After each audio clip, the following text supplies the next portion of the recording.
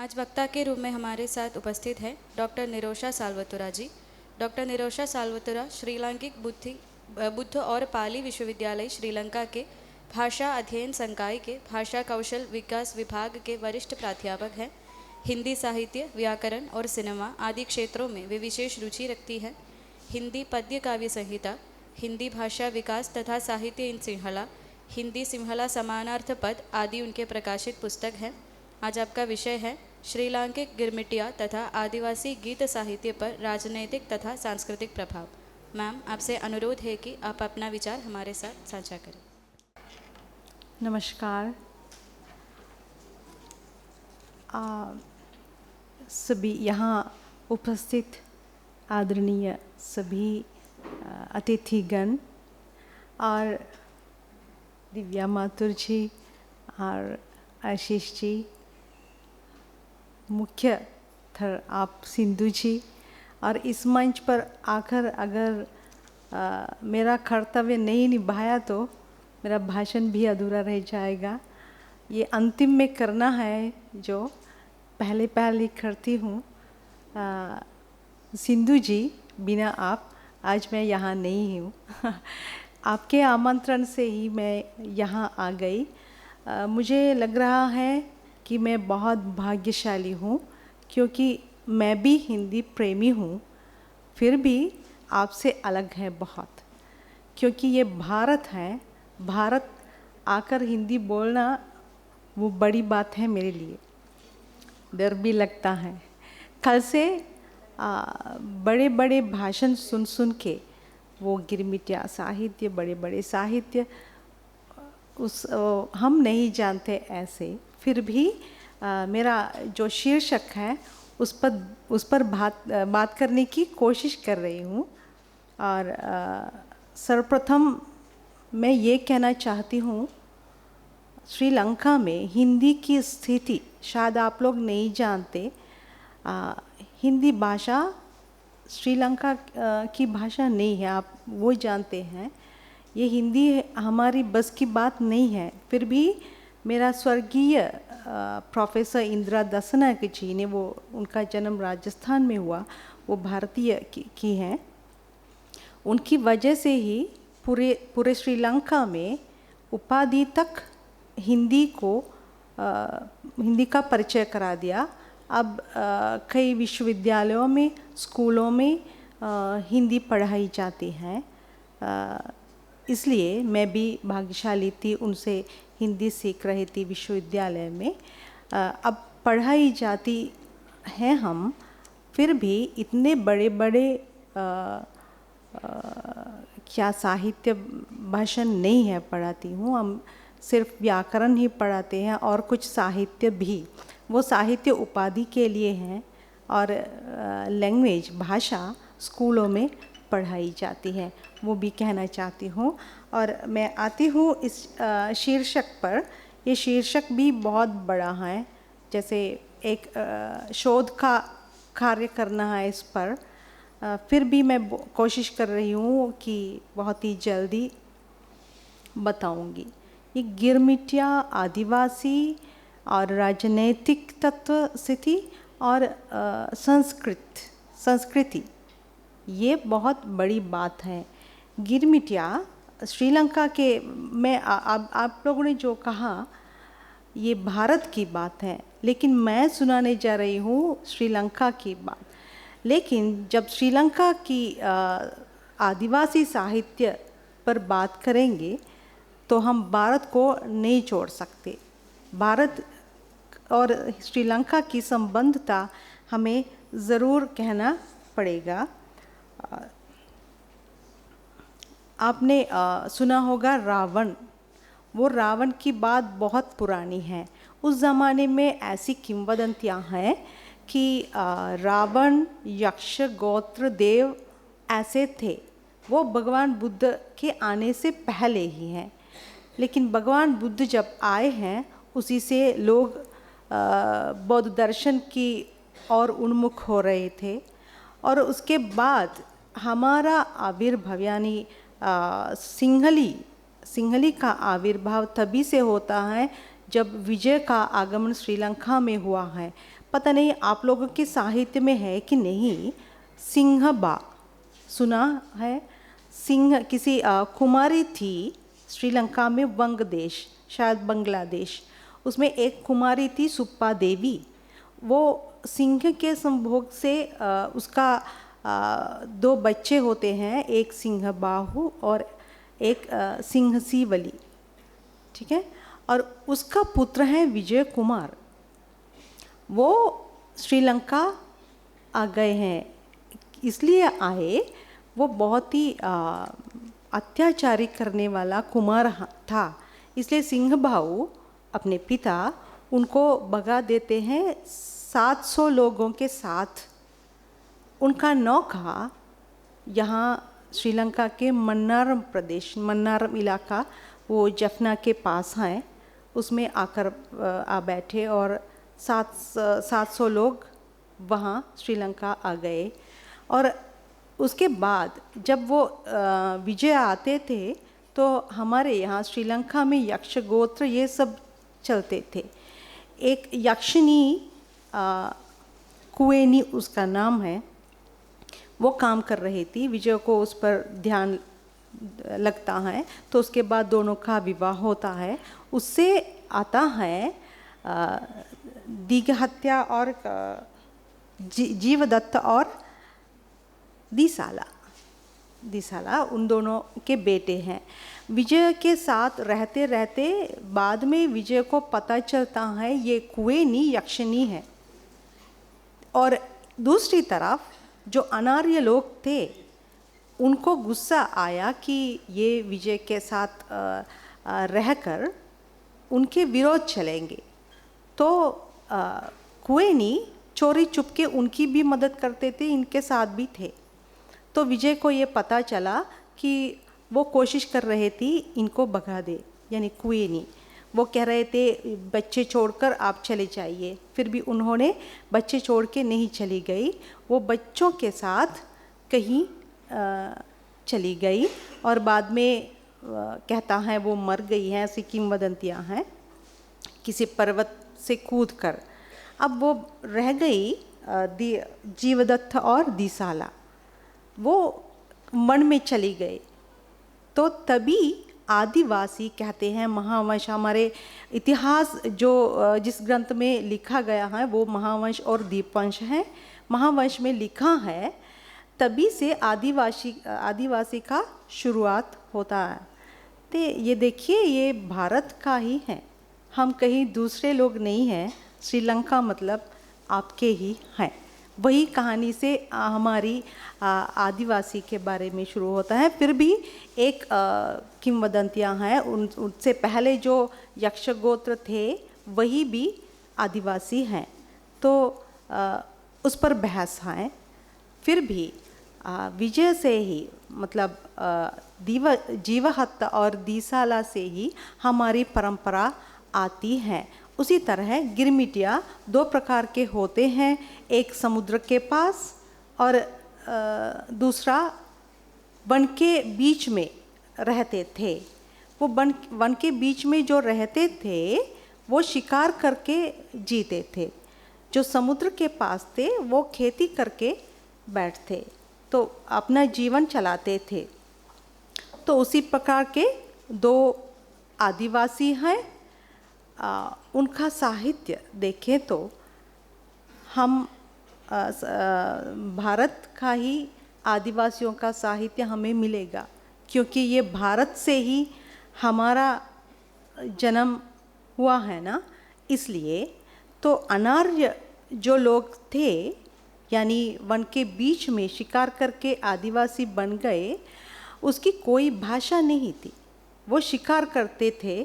शिकार करने के वक्त उनके मुँह से जो भी उसकी भावना पर जो भी शब्द आवाज़ निकली वही उसकी भाषा है। संकेत करके एक दूसरे से बात कर रहे थे, वो संकेत उन्हें वो ही समझते हैं, बाकी लोग नहीं, यानी उसी गोत्र के लोग ही समझते हैं, बाकी लोग नहीं। वो दूसरी तरफ आर्य थे, उसकी भाषा थी पता नहीं वो क्या है, फिर भी बाकी रह गई हमारा साहित्य, वो तमिल है।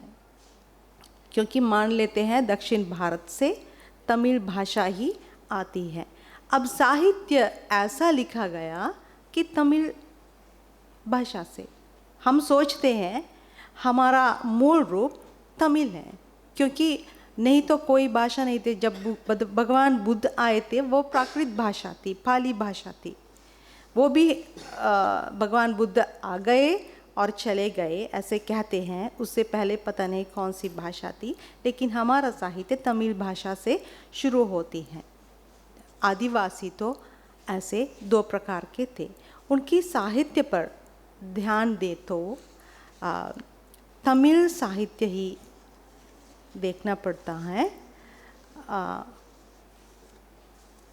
मैंने कल बहुत भाषण में सुन रही थी कि आदिवासियों का विलाप, मैं ऐसे कहूँ तो ठीक है, क्योंकि आज तक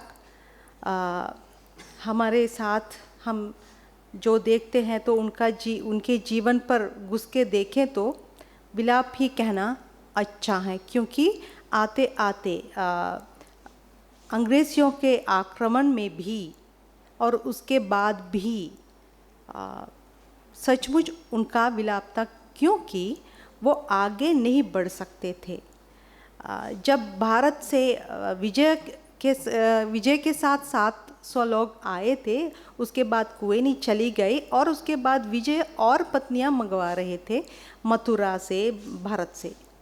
तो वो आकर ये बच्चे पैदा करते हैं ना, तभी आते समय बागान, यहाँ श्रीलंका का मुख्य अर्थव्यवस्था है बागान, आप लोगों को पता है। तो बागान मजदूर के लोग भारत से मंगवाए थे, तब वे लोग उस नौका पे गा रहे थे। ऐसा मुझे तमिल नहीं आती, फिर भी मैं बोलती हूँ।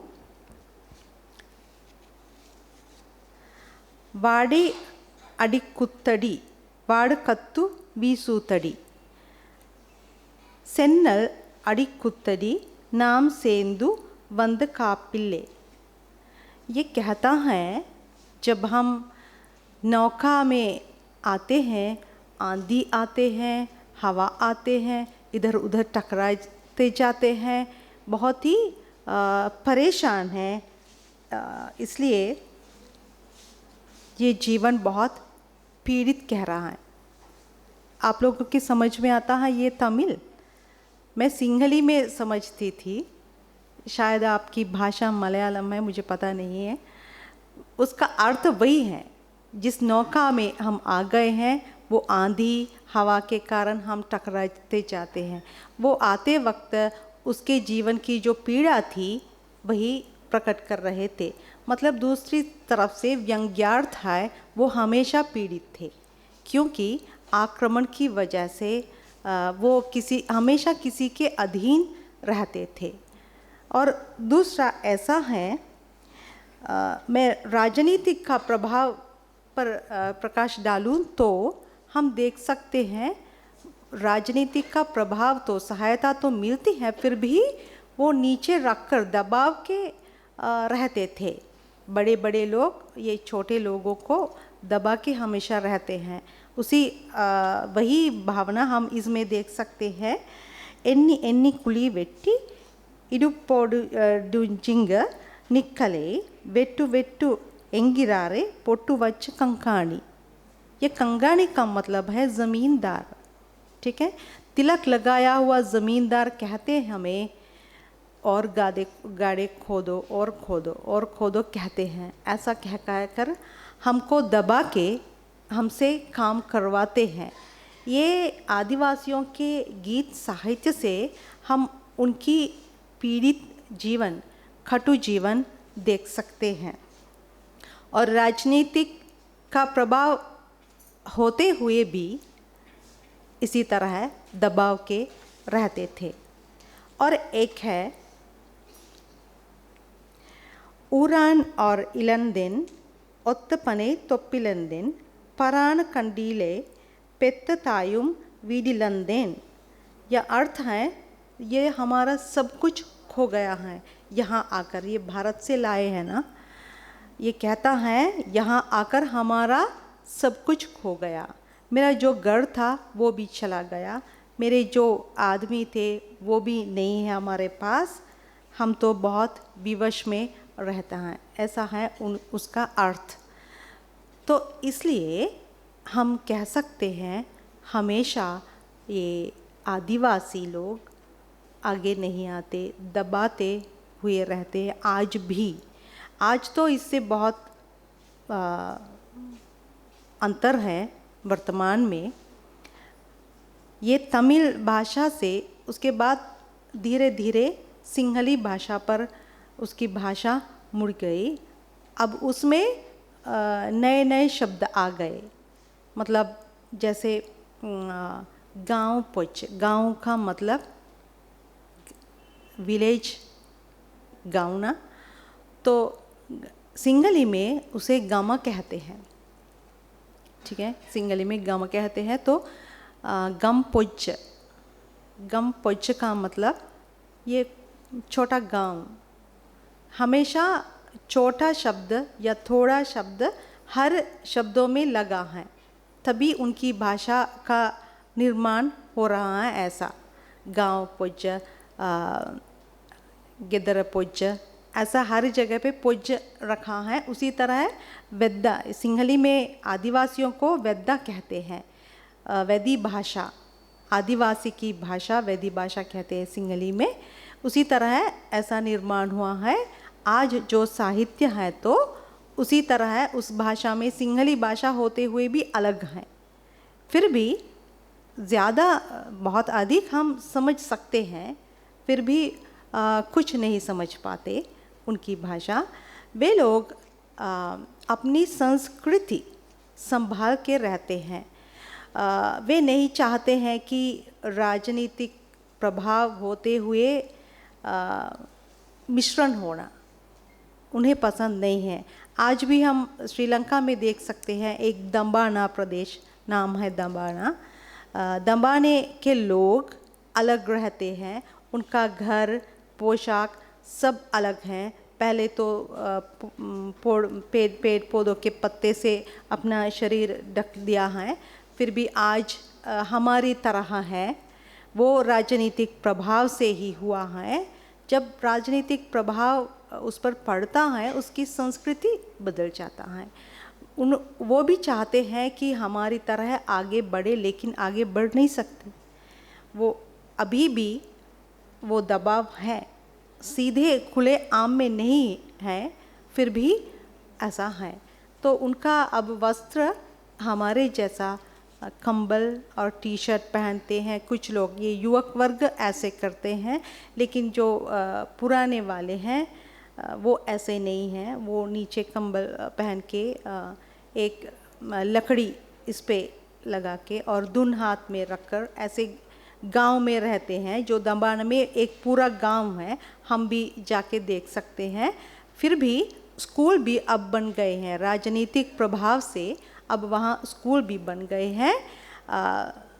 बड़ी बात है, आज विश्वविद्यालय में भी एक लेक्चरर, प्राध्यापक आ गए हैं उस स्कूल से। इतना राजनीतिक प्रभाव श्रीलंका में उन्हें मिला है, जो अच्छा था। फिर भी राजनीतिक प्रभाव से और उनकी संस्कृति चली जाती है। अब जो पहले थे संस्कृति अब नहीं देख पाते। उसके गीत साहित्य पर ध्यान दे तो वही मैंने कहा ना, तमिल से सिंहली तक आ गई, वो थोड़ा अलग है। आज कभी कभी हमें भी नहीं आते हैं। गाने भी हैं, जो गायक गायिका आज गाते हैं, उनके गाने अगर मैं बताऊँ तो आप समझ नहीं पाएंगे, तो वो बस की बात भी नहीं है गाना, इसलिए नहीं बता रही हूँ। तो आदिवासी गिरमिटिया साहित्य और आदिवासी गीत साहित्य पर राजनीतिक प्रभाव ऐसा है जो आज बहुत बड़ी जगह पर हमारे यहाँ आदिवासी लोग हैं, फिर भी वो थोड़ा अलग है। उन्हें भी पसंद नहीं है हमारे साथ मिश्रण होकर उनकी संस्कृति खो जाए, फिर भी जो युवक वर्ग, ये युवतियाँ तकनीक की उन्नति के साथ, अब उसके पास फ़ोन भी है उस गांव में, छोटे छोटे घरों में रहते हुए उसके पास, हमारे पास जो है सब कुछ उनके पास भी है। हम ऐसा देख सकते हैं। पता नहीं समझ में आया कि नहीं। और फिर मैं आप सभी का आभारी हूँ। और सिंधु जी, बहुत बहुत धन्यवाद, आपने मुझे यहाँ बुलाया है। मैं बहुत भाग्यशाली समझती हूँ। बहुत बहुत धन्यवाद।